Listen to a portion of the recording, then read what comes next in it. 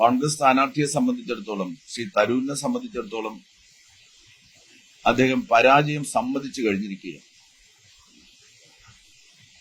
ആ പരാജയ ഭയത്താൽ എന്തും വിളിച്ചു പറയുന്ന ഒരു മാനസികാവസ്ഥയിലാണ് ശ്രീ തരൂർ ചെന്നെത്തിയിരിക്കുന്നത് എന്നുള്ളതാണ് കഴിഞ്ഞ ദിവസങ്ങളിൽ അദ്ദേഹത്തിന്റെ ജൽപ്പനങ്ങളിലൂടെ പുറത്തുവരുന്നത്.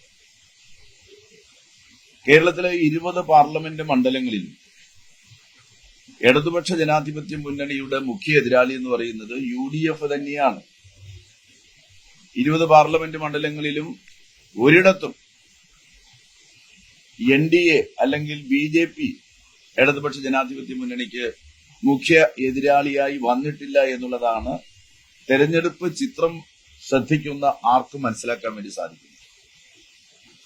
ഇവിടെ 15 വർഷമായിട്ട് തിരുവനന്തപുരം പാർലമെന്റ് മണ്ഡലത്തിലെ ജനങ്ങളെ പരിഹസിക്കുന്ന നിലപാടാണ് ശശി തരൂർ സ്വീകരിച്ചിട്ടുള്ളത്.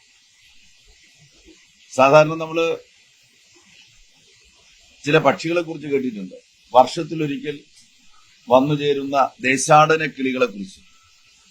യഥാർത്ഥത്തിൽ ഇദ്ദേഹം 5 വർഷത്തിലൊരിക്കൽ മാത്രം ഈ പാർലമെന്റ് മണ്ഡലത്തിൽ വന്നിറങ്ങുന്ന ഒരു ദേശാടന കിളി മാത്രമാണ്. ഒരു വർഷത്തിലൊരിക്കലും വരാൻ അദ്ദേഹത്തിന് സൗകര്യമില്ല. ഇന്നിപ്പോ രാവിലെ മുതൽ ഈ നേരം അത്രയും കഴക്കൂട്ടം നിയോജക മണ്ഡലത്തിലെ ശ്രീ പന്ന്യൻ രവീന്ദ്രന്റെ തെരഞ്ഞെടുപ്പ് പര്യടന പരിപാടിയിലായിരുന്നു.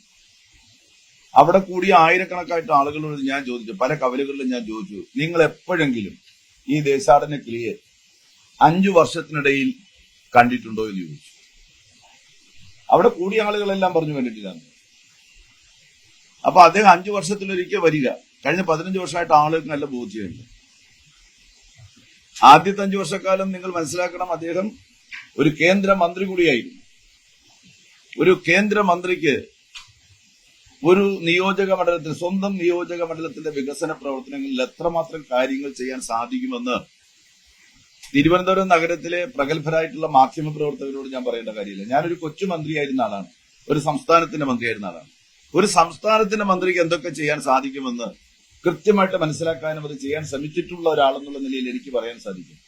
5 വർഷക്കാലം ഈ മണ്ഡലത്തെ തിരിഞ്ഞു നോക്കിയതേയില്ല. അദ്ദേഹത്തിന്റെ വക ഒരു കോൺട്രിബ്യൂഷനും അദ്ദേഹം മന്ത്രിയായിരുന്ന 5 വർഷക്കാലം ഉണ്ടായിട്ടില്ല. വീണ്ടും 10 വർഷക്കാലം അദ്ദേഹം പാർലമെന്റ് അംഗമായി.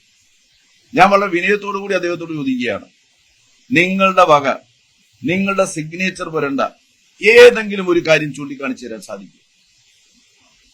നിങ്ങൾ നോക്കൂ, കഴിഞ്ഞൊരു ദിവസം ഒരു മാധ്യമത്തിന് കൊടുക്കുന്നതായിട്ടുള്ള ഒരു അഭിമുഖത്തിൽ ഈ വിഴിഞ്ഞം പദ്ധതിയെക്കുറിച്ച് അദ്ദേഹം പറഞ്ഞത് നിങ്ങൾ കേട്ടു കാണും.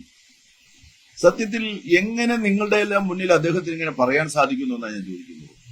അദ്ദേഹം ഇങ്ങനെ ഫ്രാങ്ക്ഫർട്ടിലേക്കുള്ള ഒരു യാത്രാമധ്യേ വിമാനത്തിൽ വെച്ച് ഈ അദാനിയുടെ മകനെ കണ്ടുവെന്നും അയാളോടൊപ്പം സംസാരിച്ചുവെന്നും അതിന്റെ അടിസ്ഥാനത്തിലാണ് വിഴിഞ്ഞം പദ്ധതി വന്നു എന്നും പറയത്തക്ക വിവരക്കേടെന്ന് ഞാൻ പറയുന്നില്ല. ഒരുതരം അഹന്തയുടെ കൊടുമുടിയിലേക്ക് ഒരു ജനപ്രതിനിധി മാറുകയാണ്. കഴിഞ്ഞ 50 വർഷക്കാലത്തെ തലസ്ഥാനവാസികളുടെയും നമ്മുടെ സംസ്ഥാന ജനങ്ങളുടെയും ആഗ്രഹമാണ് വിഴിഞ്ഞം എന്ന് പറയുന്നത്. നിരവധി ഗവൺമെന്റുകളുടെ കഠിന പ്രയത്നം അതിനകത്തുണ്ട്. ഇടതുപക്ഷത്തിന്റെ മാത്രമൊന്നും ഞാൻ പറയുന്നില്ല. പക്ഷെ നിങ്ങൾക്കെല്ലാം ഓർമ്മയുണ്ടാകും, ഈ തലസ്ഥാന നഗരിയിൽ തിരുവനന്തപുരത്തെ രക്തസാക്ഷി മണ്ഡപത്തിന് മുന്നിൽ ഒരു വർഷക്കാലത്തിലധികം ദൈർഘ്യമുണ്ടായിരുന്ന ഒരു ദിവസം പോലും നമ്മൾ നടത്താതിരുന്നില്ല. എല്ലാ ദിവസവും നടത്തിയിരുന്നതായിട്ടുള്ള സമരത്തെക്കുറിച്ച് വിഴിഞ്ഞം പദ്ധതി യാഥാർത്ഥ്യമാക്കണമെന്ന് പറഞ്ഞുകൊണ്ട് ഇടതുപക്ഷ ജനാധിപത്യ മുന്നണിയുടെ തിരുവനന്തപുരം ജില്ലാ കമ്മിറ്റി നടത്തിയ അഖണ്ഡ സമരമായിരുന്നു. തിരുവോണത്തിനും നടത്തി, ക്രിസ്തുമസിന്റെ അന്ന് നടത്തി, ചെറുതും വലുതുമായിട്ടുള്ള എല്ലാ പെരുന്നാളുകളിലും നടത്തി. അതൊക്കെ ജനകീയമായിട്ടുള്ള മുന്നേറ്റങ്ങളായിരുന്നു. അതിന്റെ തുടർച്ചയായി വിവിധ ഗവൺമെന്റുകൾ എടുത്ത നടപടികളുണ്ട്.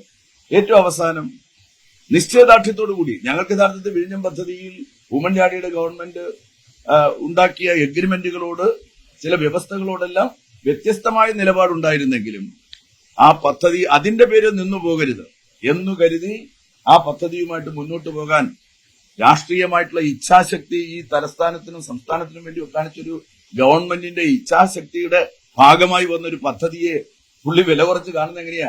എന്തോ വിമാനത്തിൽ പോയപ്പോഴത്തേക്ക് വിമാനത്തിൽ വെച്ച് കണ്ട ഒരാളോട് ഇങ്ങനെ സംസാരിച്ചു, നിങ്ങളൊന്ന് കോട്ട് ചെയ്യണേ, കോട്ട് ചെയ്തിട്ട് ഈ കാര്യമൊക്കെ നടത്തണമെന്ന് പറഞ്ഞ് എങ്ങനെ ഇങ്ങനെ പറയാനായിട്ട് സാധിച്ചു എന്നുള്ളതാണ്. അങ്ങനെ വരെ പറയുന്ന ഒരാളാണ്. അതുകൊണ്ടാണ് ഈ പന്ന്യനെ കുറിച്ച്, പന്ന്യൻ ആരാണെന്ന് യഥാർത്ഥത്തിൽ തരൂരിന് അറിയില്ല. തരൂർ പന്ന്യൻ ഈ രാജ്യത്ത് തൊഴിലാളി പ്രവർത്തനം നടത്തുകയും വിദ്യാർത്ഥി പ്രവർത്തനം നടത്തുകയും യുവജന സംഘടനാ പ്രവർത്തനം നടത്തുകയും അധികാരി വർഗത്തോട് നിരന്തരമായിട്ട് ഏറ്റുമുട്ടുകയൊക്കെ ചെയ്തപ്പോ സുഖശീതളിമയുടെ അങ്ങേ അറ്റത്തെ കൊടുമുടിയിൽ കഴിയുകയായിരുന്നു. അദ്ദേഹത്തിന് ഈ പന്ന്യനെ മനസ്സിലാക്കാനൊന്നും സാധിച്ചിട്ടില്ല.